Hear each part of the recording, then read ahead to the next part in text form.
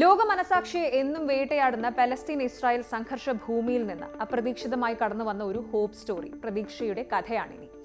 യുദ്ധക്കെടുതിയിൽ തകർന്ന ഗാസ മുനമ്പിൽ പ്രണയത്തിനും അതിജീവനത്തിനും വേണ്ടി നിരവധി ദമ്പതികൾ ഒരുമിച്ച ഒരു മാസ് വെഡ്ഡിംഗ് ചടങ്ങ്. ഇതൊരു താൽക്കാലിക ആശ്വാസമാണോ അതോ ദുരിതത്തിനിടയിലെ പോസിറ്റീവ് വൈബാണോ? എങ്കിലും റിയാലിറ്റി എന്നത് യുദ്ധം അവിടെ ഇപ്പോഴും തുടരുന്നു എന്നത് തന്നെയാണ്. ഗാസ മുനമ്പിലെ തകർന്ന കെട്ടിടങ്ങൾക്കും നഷ്ടപ്പെട്ട സ്വപ്നങ്ങൾക്കുമിടയിൽ പ്രതീക്ഷയുടെ ഒരു ചെറിയ വെളിച്ചമായി 54 ദമ്പതികൾ ഒരുമിച്ച് വിവാഹിതരായത് ലോകശ്രദ്ധ ആകർഷിച്ചു.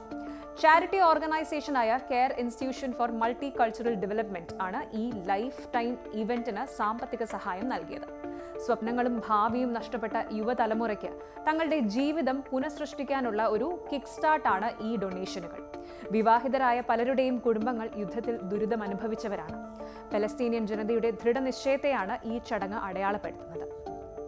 ബോംബിങ്ങിന്റെയും ഷെല്ലിങ്ങിന്റെയും ഭീകരത മറന്ന് താൽക്കാലികമായി ലഭിച്ച ഈ സന്തോഷം ഗസയിലെ ജനതയുടെ അതിജീവന ശേഷിയെ അടയാളപ്പെടുത്തുന്നു.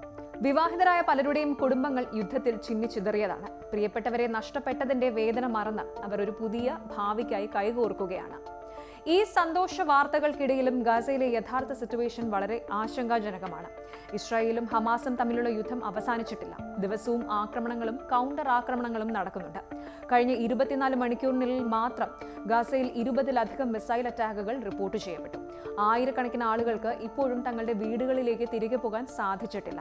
ഭക്ഷണത്തിന്റെയും വെള്ളത്തിന്റെയും മരുന്നുകളുടെയും കടുത്ത ക്ഷാമം ഗസയെ ഒരു ഹ്യൂമാനിറ്റേറിയൻ ക്രൈസിസിലേക്ക് നയിച്ചിരിക്കുകയാണ്.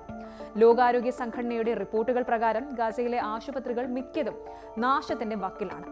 ആയിരക്കണക്കിന് കുട്ടികൾ പോഷകാഹാരക്കുറവ്, മറ്റ് രോഗങ്ങളും കാരണം കഷ്ടപ്പെടുന്നുണ്ട്. അന്താരാഷ്ട്ര സഹായങ്ങൾ എത്തിക്കാൻ ശ്രമിക്കുന്നുണ്ടെങ്കിലും ലോജിസ്റ്റിക്സ് ചലഞ്ചുകൾ കാരണം അത് പൂർണ്ണമായി ജനങ്ങളിലേക്ക് എത്തുന്നില്ല. ഇസ്രായേൽ സൈന്യം ഗസയുടെ തെക്കൻ ഭാഗത്തും ഇപ്പോഴും ഓപ്പറേഷനുകൾ തുടരുകയാണ്. ഹമാസിന്റെ ബങ്കറുകളും ടണലുകളും ലക്ഷ്യമിട്ടുള്ള സെർച്ച് ഓപ്പറേഷനുകൾ നടക്കുന്നുണ്ട്. സീസ് ഫയറിനെ കുറിച്ചുള്ള സമാധാന ചർച്ചകൾ പലതവണ നടന്നുവെങ്കിലും ഒരു കംപ്ലീറ്റ് ഡീലിലെത്താൻ കഴിഞ്ഞിട്ടില്ല. ഗാസയിലെ ഈ മാസ് വെഡ്ഡിംഗ് ദുരിതത്തിനിടയിലും ജീവിതം ആഘോഷിക്കാൻ ശ്രമിക്കുന്ന ഒരു ജനതയുടെ സ്പിരിറ്റിനെയാണ് സൂചിപ്പിക്കുന്നത്.